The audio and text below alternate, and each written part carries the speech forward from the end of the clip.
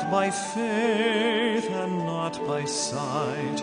No gracious words we hear from him who spoke as none e'er spoke, but we believe him near. We may not touch his hands and side, nor follow where he trod, but in his promise we rejoice and cry, my Lord and God. We walk by faith and not by sight, led by God's pure and holy light. Prepare us for the journey, Lord, and may we know your power and might, as we walk by faith and not by sight.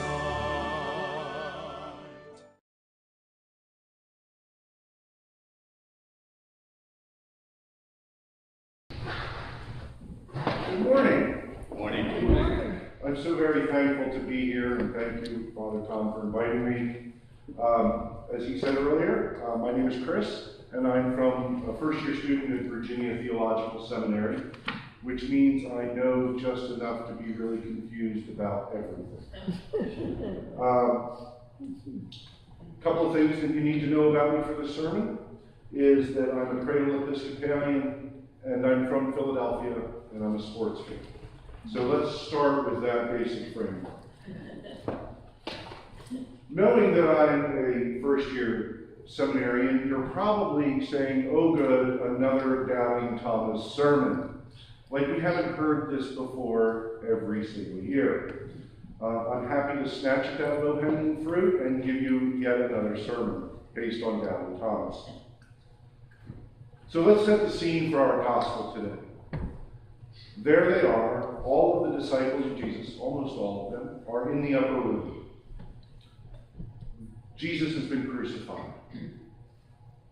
There's fear. There's anxiety. They don't know what to do. They had one expectation of what Jesus was, and that was gone. They were afraid. They thought maybe they were next. Can you imagine their utter disbelief? Can you internalize that? Can you feel how it must have felt to see what they were expecting fall to the wayside? And all of a sudden, their world, it's unbelievable to them. Now the doors that the text says, the doors were locked. And so Jesus appears in the midst of them. I wonder what kind of experience that was. Apparently doors weren't necessary for the risen Lord, and he was standing among them. Now for some reason, Thomas was not there. The text doesn't tell us why. Oh, in seminary we refer to every reading as the text, just so you know. But the text says that Thomas was not there. Maybe he was out getting food, maybe he was trying to find his own place to hide. Whatever it is, we don't know why he wasn't there, but he wasn't. And whatever the case was, Thomas missed this mystical experience with the risen Lord in that moment. When he finally does get there, he hears from his friends about Jesus coming, standing among them. Didn't even have to open the door. He was just there, and they received the Spirit from Jesus. Thomas says, yeah, right. I don't believe it. I don't believe it. And why would he? This is not a normal, everyday experience that happened. This story makes me feel better about myself. Here is a man who spent significant time with Jesus. He walked with him. He learned from him. He ate with him. He saw Jesus perform miracles. And still, in the midst of all of that firsthand knowledge, Thomas can't believe it. Thomas hears what his friend says and says, I don't believe you. Not until I put my hands in his side will I believe. If that's the way Thomas reacts, how can we be expected to understand? How can we be expected to believe what we read in these scriptures? It goes against everything in our natural world. As I mentioned earlier, I'm from Philadelphia, and I'm a sports fan. I know I've heard that this area is most likely all Pittsburgh fans. Baltimore. Baltimore? Okay, well, either way. Out where I am, it's Pittsburgh. Don't hold it against me that I'm a Philadelphia fan. But if you know anything about Philadelphia sports, you know that our existence is a life of disappointment. We don't win all that very often. Really, almost not at all. However, back in 2008, the Phillies, the best team ever to exist, at least in my mind, did win it all. Now, I watched every game that season. Almost every game. I watched it. I'm a fan. I watched them win the World Series.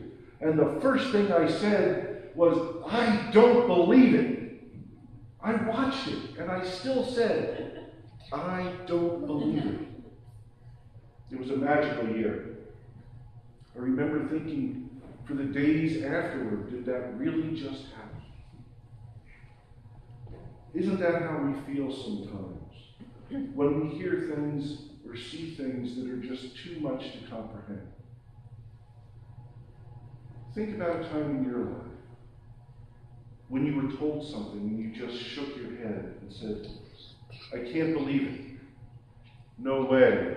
Or my favorite, you've got to be kidding me. Even when confronted with proof and with the vision of our own eyes, we still proclaim that we can't believe it. How can we fault poor Thomas for needing proof? Even in the face of all that he had seen and heard, he could not reason his way into believing something so unbelievable. For the record, as you alluded to, I think he gets a bad rap. We don't go around calling St. Peter, Peter the denier. We just say that about Thomas, you doubting Thomas. But there are so many times in our lives when we are just like him.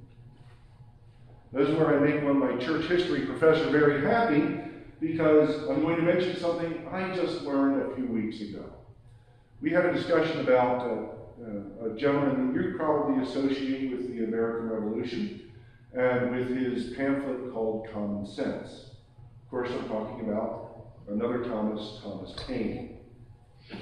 He wrote a piece called The Age of Reason, where he tried to dismantle Christianity and the belief in Jesus and the scriptures by using reason to explain away all these things. So here we have two Thomases, Thomas the disciple and this other great thinker, and he was known to be a great thinker, Thomas Paine, both trying to use reason to make sense out of all of this. As hard as he tried, Thomas Paine couldn't do it. He couldn't try and apply reason to something and make sense out of it. They needed proof, both of them. For them and for us, most times, it is impossible to believe something that can't be seen. Now, the disciple, was fortunate enough that Jesus came later and came to him and offered him a way to believe. Christ didn't berate Thomas for requiring proof, but neither Thomas Paine nor we have had that luxury of having Jesus come and stand in our midst. Or have we? Do we take the time to search? With all the assaults on our senses in this world, sometimes we miss those appearances of Christ when he is right in front of us. Christ, if you notice the beauty of this day, and I remarked on it several times how just incredible it is around here, we might miss that Christ is in this creation. Christ is visible to us in the kindness of strangers. Christ comes to us when we pray. We can see Christ in the people who are doing the work of caring for the poor, the naked, the homeless, and the prisoners.